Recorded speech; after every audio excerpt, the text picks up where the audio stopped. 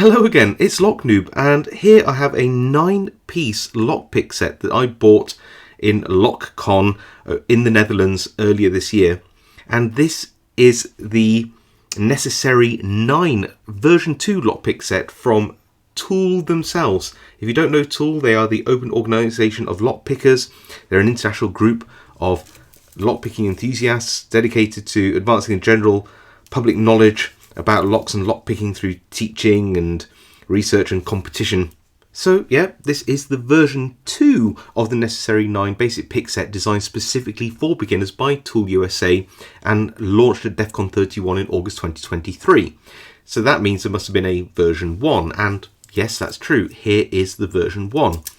If you notice, you'll see that they are, on the face of it at least, virtually identical. So you have your 6 picks, same profiles, you've got your 3 Z wrenches, same profiles, but there are a few differences. So first difference, the version 1 picks were made, I believe, by Southern Specialties for TOOOL, and now the version 2 picks are made by Covert Instruments for TOOOL. The other differences are that the finished radius of the edges is a little narrow on the new picks. These were very, very well rounded and quite thin shanked. So the version 2 picks leave more material behind, which means that they're a little bit stronger, which is good for beginners. They say that the turning tools are a bit more refined in the version 2 set, with the edges being a little bit more square as well. So what profiles do we get in the Necessary 9 version 2 pick set? Well, we get a medium hook, a short hook, a quad and a quint cycloid wave rake. We also have a half diamond, which is a great sort of hybrid pick, so you can rake with it, you can single pin pick with it, and you have a spoon shaped hook here, which I'm told beginners quite like because you can sort of lever up on the pins using the curve of that spoon.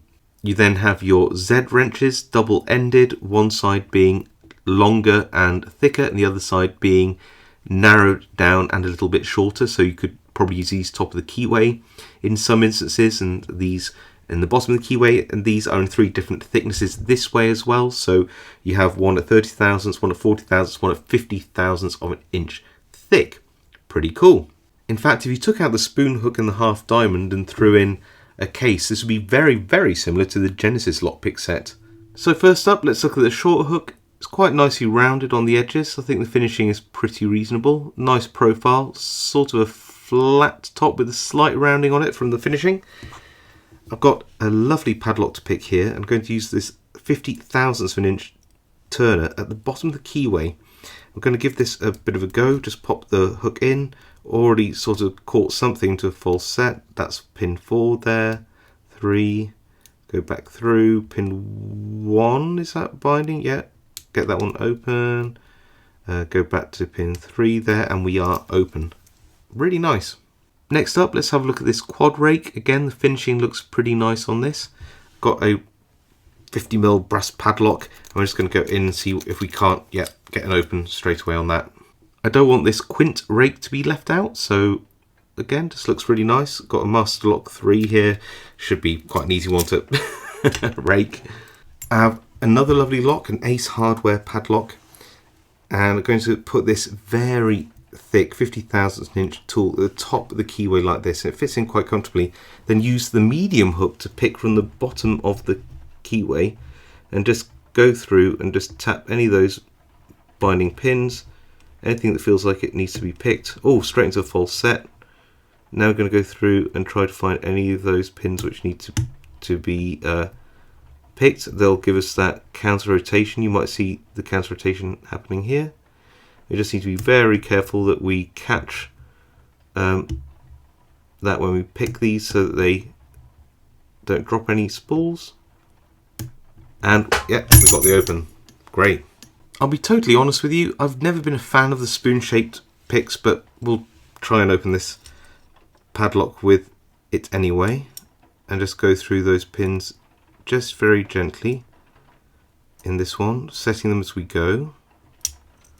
I hear the nice clicks in there as well. And oh, we got the open, I think. Yes, there we go. And last, but by no means least, the excellent half diamond, small half diamond. Nice finishing on this one as well. Great pick because you can just, you can rake through a lock. You can go in there and rake all your pins. You can get yourself into a full set maybe. Then you can pick the rest of the pins with the tip. It's a classic hybrid profile, and it's really, really good. Just going through, pushing up anything that feels like it's binding. Try not to overset anything as I go. If it is, I'll just drop it back down, get myself back into that full set by picking, I think, pin 1 by the looks of things. Pin 2 here, nice bit of counter rotation, and we are open. If I didn't say earlier, these are 25 thousandths of an inch thick, and they're made with 301 high yield stainless steel. And yeah, I think they come in at current prices on the TOOOL website. I will leave a link for you if you're interested in buying them. Just so if you do buy these, you are supporting the TOOOL organisation, which I personally think do a great job.